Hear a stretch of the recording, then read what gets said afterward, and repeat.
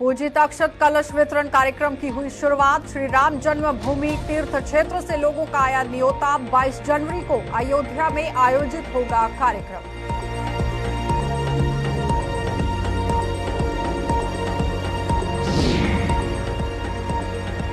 विधानसभा चुनावों के लिए गतिविधियां हुई शुरू। सियासी दल अपने अपने स्तर पर बना रहे रणनीति। कांग्रेस की कार्यकारिणी भाजपा संघ की बैठक आज।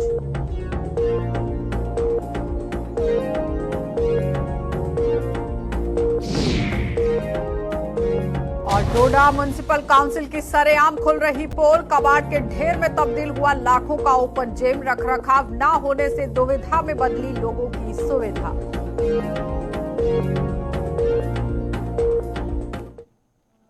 नमस्कार, बुलेटिन में आपका स्वागत है। मैं हूं आपके साथ आशा सरमाल। शुरुआत करते हैं जम्मू कश्मीर से जुड़ी खबरों की। सबसे पहले आपको राम जन्मभूमि को लेकर एक बड़ी अपडेट बता देते हैं, जहां पर आप देखिए श्री राम जन्मभूमि तीर्थ क्षेत्र न्यास द्वारा पूजित अक्षत कलश का वितरण शुरू कर दिया गया है। जम्मू में आज विश्व हिंदू परिषद की जम्मू कश्मीर और लद्दाख इकाई द्वारा आयोजित एक भव्य कार्यक्रम में करीब 800 पूजित कलशों का वितरण दोनों प्रदेशों के प्रतिनिधियों में किया गया। इन कलशों के माध्यम से 22 जनवरी को अयोध्या में होने वाले भव्य कार्यक्रम में शामिल होने का न्योता घर घर तक पहुंचाया जाएगा। और आज के इस कार्यक्रम में राष्ट्रीय सह संचालक जो कि कृष्ण गोपाल हैं, विश्व हिंदू परिषद के प्रदेश अध्यक्ष लीलाकरण शर्मा, कार्यकारी अध्यक्ष राजेश गुप्ता सहित संघ के अन्य नेता भी वहां मौजूद थे। तो साफ तस्वीरों में इस वक्त आप देखिए किस तरह से राम जन्मभूमि को लेकर एक बड़ा न्योता आया है कि किस तरह से 22 जनवरी को जो अयोध्या में कार्यक्रम होगा उसमें शिरकत आप लोग कर सकते हैं। एक बड़ी अपडेट के तौर पर ही आपके सामने है, जिसमें आप देखिए श्री राम जन्मभूमि तीर्थ क्षेत्र न्यास द्वारा पूजित अक्षत कलश का ये वितरण शुरू कर दिया गया है। और जम्मू में आज विश्व हिंदू परिषद की जो जम्मू कश्मीर लद्दाख इकाई है उसने ये भव्य कार्यक्रम रखा है, जिस कार्यक्रम में करीब 800 पूजित कलशों का वितरण किया गया। और साथ ही बताते चले कि राष्ट्रीय सह संघचालक कृष्ण गोपाल, विश्व हिंदू परिषद के प्रदेश अध्यक्ष लीलाकरण शर्मा और कार्यकारी अध्यक्ष राजेश गुप्ता सहित संघ के कई अन्य नेता भी वहां पर मौजूद रहे। और ये कलश आप देखिए किस तरह से लाए गए हैं और घर घर पहुंचकर न्योता देने की भी बात सामने रखी गई है। लेकिन किस तरह से यहाँ पर संघ के जो लोग पहुंचे हुए हैं वो घर घर पहुंचेंगे, इसी पर क्या कुछ पूरी जानकारी दे रहे हैं, फिलहाल वो देख लीजिए। पहले पूजित अक्षत कलश जम्मू कश्मीर में भी पहुंचा है और उसके बाद उसके साथ साथ पूरे भारतवर्ष में भी। जम्मू कश्मीर में ये अक्षत और न्योता ये हर सनातनी परिवार में पहुंचे, ऐसी व्यवस्था संघ विचार परिवार के द्वारा, विश्व हिंदू परिषद के द्वारा की गई है। पूरे प्रदेश को हमने तकरीबन 800 भौगोलिक यूनिट्स में बांट करके वहां पर सभी समितियां बना करके इस उद्देश्य से एक मुहिम शुरू की है, जिसके निमित्त आज 811 कलश यहां पर पूजित अक्षत के उन 811 प्रतिनिधियों में बांटे जाएंगे। वो यहां से अपने अपने नगर ग्रामीण क्षेत्रों में वो कलश लेकर के जाएंगे और उसके बाद भगवान श्री राम का वो संदेश, श्री राम जन्मभूमि तीर्थ क्षेत्र का वो संदेश हर घर में पहुंचाएंगे कि प्रभु श्री राम 22 जनवरी को अपने नव्य और भव्य निर्मित आवास में प्रवेश कर रहे हैं और उसके बाद सभी वहां पर आशीर्वाद लेने के लिए जा सकते हैं। जब 22 जनवरी को ये कार्यक्रम वहां पर चल रहा होगा, हम किस मर्यादा के साथ अपने अपने घरों में, अपने अपने पास पड़ोस के मंदिरों में, अपने अपने नगरों में, अपने अपने ग्रामीण क्षेत्रों में कैसे उसको मनाएं, उसके विषय में जो दिशा निर्देश हैं वो भी हर घर में पहुंचेंगे और सब लोग भगवान श्री राम की भक्ति का आनंद लें और उसके बाद अयोध्या में भी उनके दर्शन के लिए जाएं। ऐसी एक पूरी योजना जो है हर घर तक पहुंचाने का ये आज समझो शुरुआत हो गई है और 15 जनवरी तक हम इस कार्यक्रम को जम्मू कश्मीर लद्दाख में कंप्लीट करेंगे। तो जम्मू कश्मीर में अब अगले साल होने वाले विधानसभा चुनावों के लिए हर सियासी दल ने अपनी गतिविधियों को तेज कर दिया है, उसमें इजाफा करना शुरू कर दिया है। जम्मू कश्मीर में प्रदेश कांग्रेस अब यहां आप देखिए किस तरह से काम कर रही है। फ्रंट यहां फ्रंट पर आने की कोशिश हो रही है। कहने का तात्पर्य यह है कि कांग्रेस फुट पूरी तरह से अपना बनाने की कोशिश कर रही है, लोगों के अंदर फ्रंट फुट पर वो नजर आ रही है। और आज पार्टी की कार्यकारिणी का आयोजन जम्मू में किया जा रहा है। इस कार्यकारिणी में कांग्रेस की जम्मू कश्मीर प्रभारी रजनी पाटिल और सह प्रभारी मनोज यादव सहित कई दिग्गज नेता चुनावों की रणनीति बनाने में जुटे हुए हैं। और तो और भाजपा और संघ की बैठक का भी आज जम्मू में आयोजन किया जा रहा है। तो साफ तस्वीरों में आप देख सकते हैं किस तरह से भारतीय जनता पार्टी और कांग्रेस ने पूरी तरह से कवायद जो है वो तेज कर दी है, क्योंकि सुप्रीम कोर्ट के अंदर आपने देखा था कि चुनावों को लेकर एक बड़ी बात कही गई थी कि जल्द से जल्द 30 सितंबर 2024 से पहले जम्मू कश्मीर के अंदर चुनाव हो जाने चाहिए। और उसी को मद्देनजर रखते हुए अब हर एक पार्टी ने अपनी कमान जो है वो संभाल ली है, पूरी तरह से पैठ बनाने की कोशिश की जा रही है। लेकिन उस बीच में कांग्रेस के अंदर भी घमासान किस तरह से है और बीजेपी के अंदर भी, क्योंकि लगातार वो फ्रंट फुट पर आते नजर आ रहे हैं, आम जनता तक पहुंचने की कोशिश हो रही है, लुभाने की कोशिश हो रही है। लेकिन उस बीच में अब देखना ये होगा कि आने वाले समय में जब जम्मू कश्मीर के अंदर चुनाव होते हैं तो कौन सी पार्टी यहां पर बाजी मारेगी। लेकिन फिलहाल आपको ये बताते चले कि अब पूरा समीकरण 90 सीटों पर रहेगा, जिसमें आपने देखा कि किस तरह से 114 से 90 सीटें यहां पर लाई गई हैं। पीओके की सीटें जो है वो अभी तक फिलहाल उस पर चुनाव नहीं हुआ है, लेकिन आप बताते चलें कि आने वाले समय में इस पर भी अटकलें जरूर लगाई जा रही हैं। लेकिन उस बीच में 90 सीटों का ये पूरा समीकरण किस तरह से रहेगा जम्मू कश्मीर के अंदर, ये देखने वाली बात है, क्योंकि लंबे समय से लोगों की भी ये मांग रही है कि चुनाव होने चाहिए, बहुत ही जल्द जो चुने हुए नुमाइंदे हैं वो सामने आने चाहिए और लोगों की जो समस्याएं हैं वो सरकार तक पहुंचनी चाहिए। लेकिन उस बीच में किस तरह से अपनी गतिविधियों को तेज कर दिया गया है बीजेपी पार्टी की तरफ से और कांग्रेस पार्टी की तरफ से, इसी पर जानकारी लेंगे। हमारे संवाददाता अनिल शर्मा हमारे साथ ज्वाइन कर चुके हैं। अनिल, क्या कुछ ताजा जानकारी है, किस तरह से सूरत हाल इस वक्त ग्राउंड पर चल रहे हैं? देखिए आशा, इस वक्त अगर हम बात करें तो जम्मू कश्मीर के अंदर जो है चुनावों की अगर हम बात करें तो उसको लेकर हालांकि स्पष्टीकरण तो नहीं है, चुनाव आयोग की तरफ से कोई भी सूचना जारी नहीं की गई है। मगर उससे पहले आपको बता दें कि जम्मू कश्मीर में चाहे वो भाजपा हो या फिर आरएसएस की बात करते हैं या फिर कांग्रेस की बात करते हैं, जिस तरह से आपने भी शुरुआत में जिक्र किया, कांग्रेस का जिक्र किया और भाजपा का जिक्र किया, तो कहीं ना कहीं आज एक मुख्य बैठक जो है वो कांग्रेस की तरफ से भी रखी गई है और दूसरी तरफ भाजपा और आरएसएस की भी एक बड़ी बैठक होने जा रही है। तो कहीं ना कहीं ये साफ माना जा रहा है कि जो जम्मू कश्मीर के अंदर सरगर्मियां हैं उसे किस तरह से जो है उसे तेज करना है और तमाम जो जानकारियां हैं उसको किस तरह से बटोर रहा है उसको लेकर आज समीक्षा की जा रही है। क्योंकि भाजपा की तरफ से किस तरह से जम्मू के अंदर कार्य किए जा रहे हैं उसको लेकर समीक्षा की जाएगी। और दूसरी तरफ अगर हम बात करते हैं कांग्रेस खेमा जो है पॉलिटिकल अफेयर्स कमेटी की जो है वो उसकी बैठक हुई है और कुछ देर पहले वो तस्वीरें भी साफ हो चुकी हैं, जिसमें वकार रसूल वानी की बात करते हैं, जेएन मीर की बात करते हैं और रजनी पाटिल प्रभारी की बात करते हैं, मनोज यादव की बात करते हैं। तमाम ये दिग्गज चेहरे इस पार्टी के अंदर, हालांकि पूर्व डिप्टी सीएम की बात करते हैं ताराचंद, वो भी इस पार्टी में शामिल हैं और भी दिग्गज चेहरे इस पार्टी में शामिल हैं। तो कहीं ना कहीं इस मीटिंग में शामिल हुए थे। और दूसरी तरफ अगर हम भाजपा की बात करते हैं तो भाजपा भी आज एक बड़ी बैठक होने जा रही है। क्या कोई रणनीति सामने रखी गई है, किसी से बातचीत अभी तक हो पाएगी? कांग्रेस पार्टी अपनी रणनीति किस तरह से तैयार कर रही है, भारतीय जनता पार्टी किस तरह से तैयार कर रही है? क्योंकि जिस तरह से एक लंबे समय से आम जनता की डिमांड भी रही है और अब यहाँ पर क्या कुछ मैनिफेस्टो इन लोगों की तरफ से रहेगा, घोषणा पत्र किस तरह से रहेगा, कुछ जानकारी आपके पास आई है कि किस तरह से बुलाया जाएगा आम जनता को?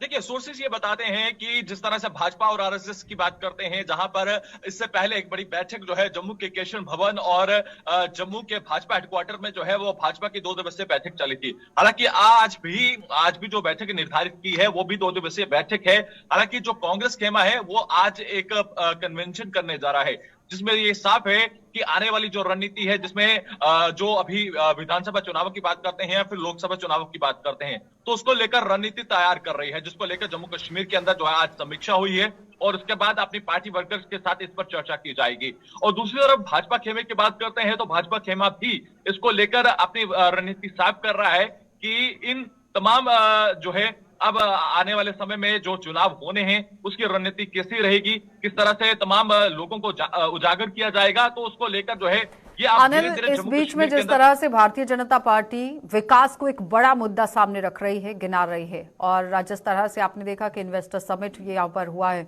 लेकिन उस बीच में अगर कांग्रेस पार्टी की बात करें तो वो लगातार निशाना साध रही है।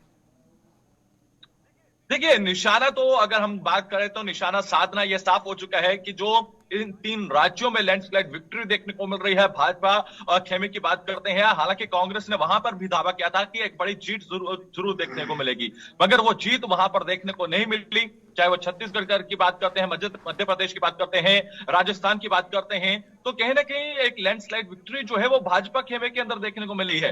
मगर वहीं पर अब भाजपा ये चाहती है कि जम्मू कश्मीर में भी उसी तरह से रणनीति तय की जाए, क्योंकि सुप्रीम कोर्ट के वर्डिक्ट आने के बाद ये साफ है कि जम्मू कश्मीर के अंदर अब चुनावों को लेकर कोई ना कोई सरगर्मियां जो है वो तेज हो सकती हैं, जिसको लेकर अब ये साफ है, जहां पर भाजपा और आरएसएस जो है 2 दिवसीय फिर से एक बैठक करने जा रहा है। हालांकि आज उसकी शुरुआत होने वाली है और वहीं पर कांग्रेस खेमा भी लगभग 12:30 बज चुके हैं, तो वहां पर तमाम वो चेहरे दिग्गज चेहरे जहां पर अंदर बैठक चल रही थी, बैठक अभी समाप्त हुई है और कुछ ही देर बाद पार्टी कार्यकर्ताओं को जो है वो भी अपने कन्वेंशन के अंदर संबोधित किया जाएगा। किस तरह से पैंट बनानी है इसको लेकर तैयारी। बहुत बहुत धन्यवाद अनिल जुड़ने के लिए। तो फिलहाल आपने देखा कि दोनों पार्टियां किस तरह से अपनी कवायद को तेज कर चुकी हैं। अब देखना ये होगा कि यहाँ पर जिस तरह से 30 सितंबर 2024 से पहले चुनाव करवाने की बात कही गई है, अपना अपना घोषणा पत्र किस तरह से सामने रखा जाएगा, ये बड़ा सवाल है, क्योंकि हम हर किसी की नजर घोषणा पत्र पर रहेगी कि आखिर कौन सी पार्टी किस तरह से आम जनता के लिए क्या कुछ लेकर आएगी, किस तरह से अपना पिटारा जो है वो सामने रखेगी। फिलहाल आगे बढ़ जाते हैं, अब आपको जिला डोडा लिए चलेंगे और जिला डोडा के अंदर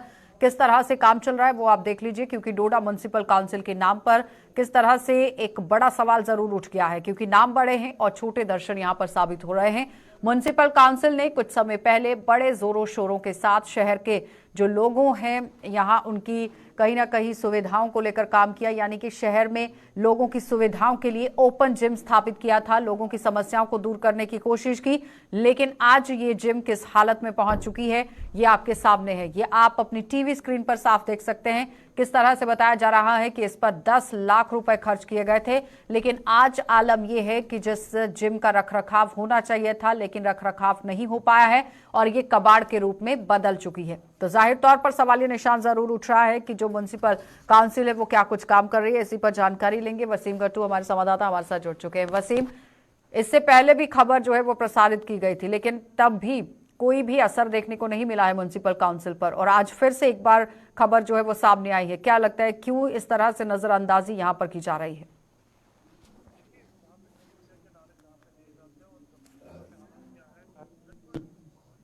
कुछ सालों पहले यानी कि 1.5-2 साल पहले यहाँ पे ओपन जिम जो है वो लगाई गई थी म्युनिसिपल काउंसिल की तरफ से और आरएनबी की तरफ से।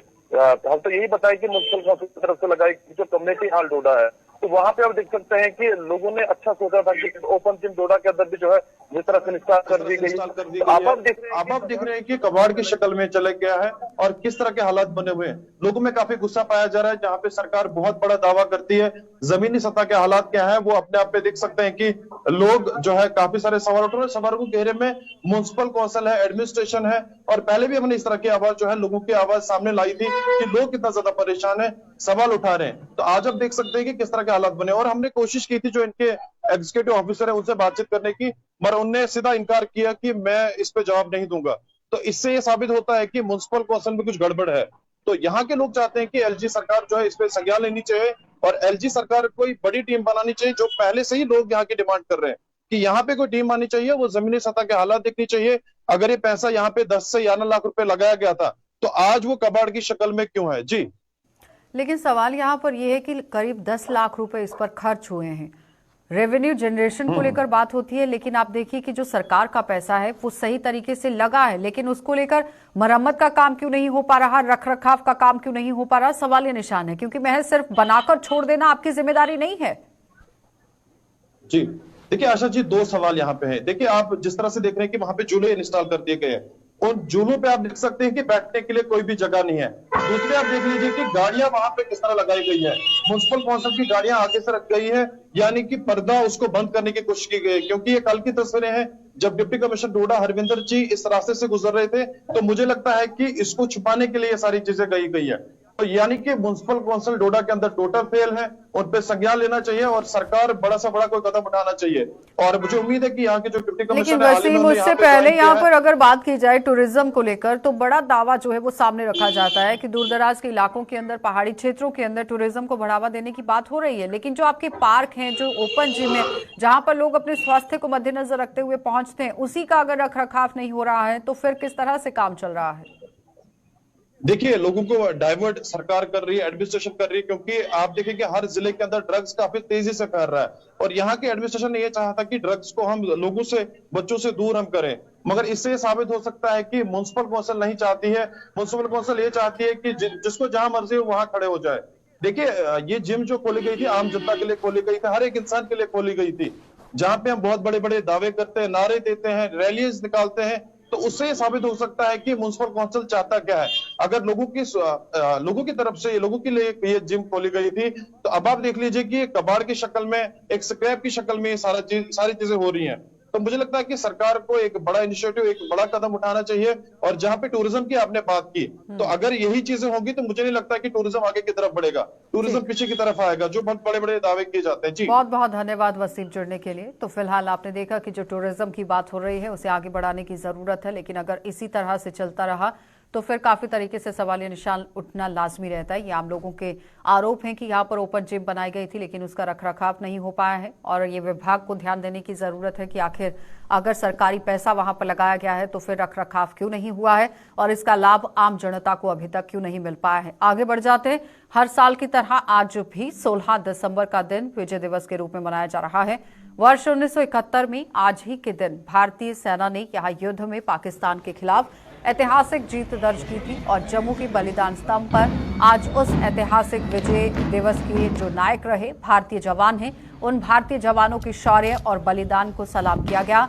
बताते चले कि 1971 का युद्ध 13 दिन चला था और 16 दिसंबर 1971 को पूरी तरह से पराजित होने के बाद पाकिस्तानी सेना ने भारत के समक्ष घुटने टेक दिए थे।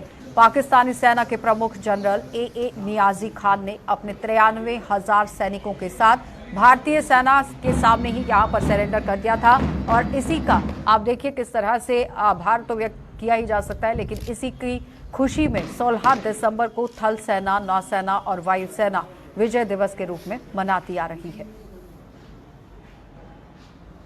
हमारे भूतपूर्व सैनिक हैं और जिन लोगों ने लड़ाई लड़ी थी, उनका जो सैक्रिफाइस है, उनका जो बलिदान है, उनको मैं सैल्यूट करता हूं कि आज उनकी सैक्रिफाइस की वजह से हमारा देश इतनी प्रगति के रास्ते पर है। और एक बार मैं सबको, आप सबको और सारे लोगों को, इंडियन सिटीजन्स को इंडियन आर्मी की तरफ से विजय दिवस के लिए शुभकामनाएं देता हूं। Thank you so much. Jammu के ब्लॉक मर की मखवाल पंचायत में अवैध खनन से परेशान लोगों ने पुलिस प्रशासन के खिलाफ प्रदर्शन किया और प्रदर्शन कर रहे ग्रामीणों का आरोप था कि गांव में पुलिस की नाक तले अवैध खनन हो रहा है और दिन रात बड़ी संख्या में ट्रैक्टर ट्रॉलियां अवैध खनन में जुटी हुई हैं। बार बार शिकायत करने के बावजूद भी पुलिस इस पर कोई कार्रवाई नहीं कर रही है और इन लोगों के मुताबिक गांव में भारी संख्या में ट्रैक्टर ट्रॉलियों के आने जाने से उनका बाहर निकलना भी मुहाल हो चुका है। उन्होंने चेतावनी दी है कि अवैध खनन अगर जल्द बंद नहीं किया तो उग्र प्रदर्शन करने को ये लोग मजबूर हो जाएंगे। मेरी पंचायत के लोग इतने परेशान हैं, माइनिंग हो रही है जहां, इतने परेशान हैं, दिन रात ट्रैक्टर वाले सोने नहीं दे रहे हैं और बड़ी तेजी से चलते हैं। एक्सीडेंट का भी खतरा है, बच्चों को भी नहीं देखते हैं। तो हम एडमिनिस्ट्रेशन को कहना चाहते हैं कि इनको कोई इन पर रोक पाई जाए और मैं चौकी अफसर साहब को कहना चाहता हूं कि अगर इनको नहीं रोका तो हम चौकी के बाहर जाकर प्रदर्शन करेंगे और एडमिनिस्ट्रेशन को पूछेंगे पे इन पर रोकथाम क्यों नहीं पाई जा रही है। ऐसे जैसे माइनिंग हो रही है तो लोग जमीनों से मिट्टी रेता खुदवा रहे हैं, एक तो खेत खराब हो रहे हैं, दूसरा लोग परेशान हैं, रोड पे पूरी रात पूरी दिन सोने नहीं दे रहे हैं। तो मैं यही कहना चाहता हूं कि इन पर रोकथाम डाली जाए और इनको रोका जाए। सारे हमारे जो इधर ट्रैक्टर चल रहे हैं ना, रेत उठा रहे हैं नीचे से, डिच के नीचे से, ऊपर से नहीं है, डिच के नीचे, दिन को भी रात को भी लोगों को इतना परेशान करके रखा है इन लोगों ने।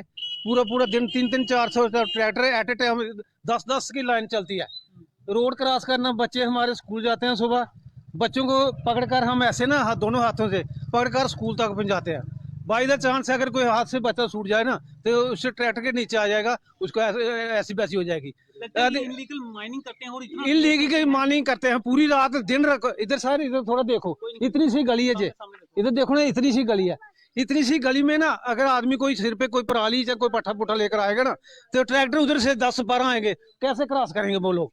इतना जीना हराम कर रखा है। बच्चे पढ़ने वाले पूरी रात ट्रैक्टर चलते हैं, सुबह 4-5 बजे बच्चे उठ के पढ़ते हैं, पढ़ने नहीं देते, रात को सोने नहीं देते। कोई बेचारा पेशेंट, कोई मरीज है, उनको नहीं रात को सोने देते ये लोग पूरी रात। हमने प्रशासन से भी, मैंने इधर फलाई चौकी में भी अपील की थी, सर जो ऐसा ऐसा काम हो रहा है, इनको थोड़ा सा रोको। कोई रोकने को राजी नहीं है। साढ़े जेडे लोग ने इन्ने परेशान ने कि हद तो ज्यादा परेशान है, क्योंकि दिन रात ट्रैक्टर ट्राली जिहड़ी है वो 10-10 20-20 इकट्ठे एक जूम दे विच आई है ते जंदे ने रोड पर। सारे लोग इन्ने परेशान है कि हद तो ज्यादा है।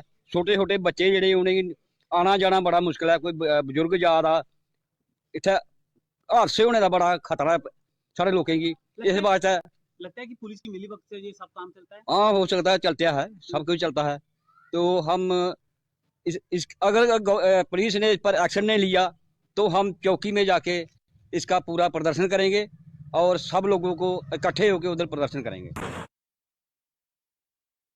तो बात कर लेते हैं पुंछ की। पुंछ जिले की मंडी तहसील की पंचायत भ्राशर की वार्ड नंबर 2 के लोग लंबे समय से पीने के पानी की वजह से काफी परेशान हैं, वंचित हैं वो अभी तक पानी से, और पानी न मिलने से स्थानीय लोगों को भारी परेशानियों का सामना करना पड़ रहा है।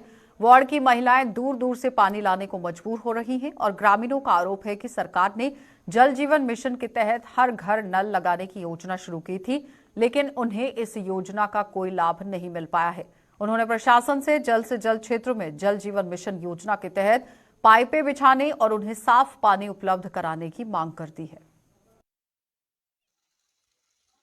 और हमें साफ पानी पीने के लिए नहीं मिल रहा है, और जो पुरानी पाइपें हैं वो काफ़ी डैमेज हो चुकी हैं, और जो गवर्नमेंट ऑफ इंडिया की तरफ से JJM स्कीम लागू की गई है, और उन्होंने जो जिन जिन ठेकेदारों को ये टेंडर दिया गया है, उन्होंने अच्छे तरीके से यहाँ पे हमें काफ़ी मुश्किलात का सामना करना पड़ता है। और हमारी माँ बहनें कहीं कहीं दूर जगहों से पानी लाती हैं, और हमें माल मवेशी के लिए भी काफ़ी मुश्किलात का सामना करना पड़ता है। मेरी इंतज़ामिया से ये गुजारिश है कि जिन ठेकेदारों को आपने ये काम दिया है, उन्हें कहा जाए कि बराछड़ वार्ड नंबर 2 में अच्छे तरीके से पाइपें बिछाई जाएं। से वार्ड नंबर 2 से हमारे काफी इतने घर हैं कि जिनको पानी से महरूम है, उनको पानी कोई भी नहीं है, जिसकी वजह से हमारी माँ बहनें काफी दूर तक जाकर पानी लाती हैं, उनको मुश्किलात का सामना करना पड़ता है। JJM स्कीम के तहत हमारे बराछड़ मारकोट में पाइपें बिछाने का काम शुरू है, मगर हमारे वार्डों में कोई भी काम अभी तक नहीं हुआ है। इस स्कीम से लोगों को कोई भी फायदा नहीं है। इंतजामिया से ये अपील करते हैं कि वो जल्द जल्द जो लोग पानी से महरूम हैं उनको पानी दिया जाए, क्योंकि काफी मुश्किलात लोगों को करनी पड़ती है। तो जम्मू के Indira Gandhi government dental college को जल्द ही नई बिल्डिंग मिलने जा रही है। इसकी जानकारी डेंटल कॉलेज के प्रिंसिपल डॉक्टर राकेश शर्मा ने दी है। उन्होंने बताया कि बिल्डिंग का निर्माण कार्य लगभग पूरा हो चुका है और 26 जनवरी को इसे डेंटल कॉलेज के हवाले कर दिया जाएगा। इसके अलावा उन्होंने इस कॉलेज की इमारत और इसकी स्वास्थ्य सुविधाओं को लेकर क्या कुछ कहा है, जरा वो देख लीजिए। बेसिकली ये बिल्डिंग कभी इसको समय 1-2 महीने और लग सकता है, क्योंकि अब इसको PWD को टेक ओवर किया है। पहले एजेंसी जो थी वो JKPCC थी, वो JKPCC PWD का मर्जर होने के बाद अब direction of honourable adviser of governor साहब के कि इनको हैंड ओवर टेक ओवर करो। एक जो वर्क इन्होंने किए हैं आपस में 1 हफ्ते के अंदर, तो रफली उनको टाइमलाइन दी है इन्होंने 26 जनवरी को इनॉग्रेशन के लिए। तो इसमें हमारी इस बिल्डिंग में 4 किस्म की फैसिलिटी है। तो पहले तो मेन 4 डिपार्टमेंट शिफ्ट होंगे। एक जो हमारा प्लास्थोडोंटिक डिपार्टमेंट है वो शिफ्ट होगा, उसके अलावा ओरल पैथोलॉजी डिपार्टमेंट शिफ्ट होगा, public health dentistry department shift होगा, और पेडोडोंटिक्स जो बच्चों का डिपार्टमेंट है वो शिफ्ट होगा। ये 4 डिपार्टमेंट उस बिल्डिंग में शिफ्ट होने हैं। उसके अलावा हमारे नीचे उसमें 2 ऑपरेशन थिएटर्स हैं, और उसके साथ कनेक्टेड रिकवरी वार्ड है और इंटेंसिव केयर यूनिट, उसी ओरल मैक्सोफेशियल सर्जरी का जो है, ये सब फैसिलिटी उसी डिपार्टमेंट के साथ एसोसिएटेड है वो है। और इसके अलावा हमारे 20 bedded male and female each 10 bedded है, वो भी इसके साथ ही जुड़े हुए हैं। और इसके अलावा एडमिनिस्ट्रेशन का हमारे मेडिकल सुपरडेंट की जितने भी एडमिनिस्ट्रेटिव विंग्स हैं वो भी उसी डिपार्टमेंट में शिफ्ट होंगी। तो अभी तो काम कुछ समय से काफ़ी देर से being of organisational issue of PWD और जेकेपीसी की वजह से कुछ रुका हुआ था, और कुछ रैम्प का काम भी अभी इसमें पेंडिंग है, और मैकेनिकल टेस्टिंग भी जो है, जो मैकेनिकल कंपोनेंट्स हैं उनका काम भी पेंडिंग है। तो विद द डायरेक्शन ऑफ हमारे एडमिनिस्ट्रेटिव सेक्रेटरी, उनका बार बार इन पे इंटेलिजेंस होना और ऑनरेबल एडवाइज़र साहब की भी डायरेक्शन से होपफुल की जो टाइमलाइन अभी इनको दी गई है तो उस टाइमलाइन में इसको एकम्प्लिश करेंगे। और जितना इस प्रोजेक्ट कंस्ट्रक्शन के लिए जो पैसा हमने एलोकेट किया था, जो था कॉस्ट एज पर DPR, वो पूरी की पूरी मनी इनको भी रिलीज़ की हुई है हमने। कितना project? It is tentatively 44 something, 44 plus CR। चलिए, बुलेटिन में फिलहाल इतना ही। देश और दुनिया की खबरों के लिए आप बने रहिए गुलिस्तान न्यूज के साथ।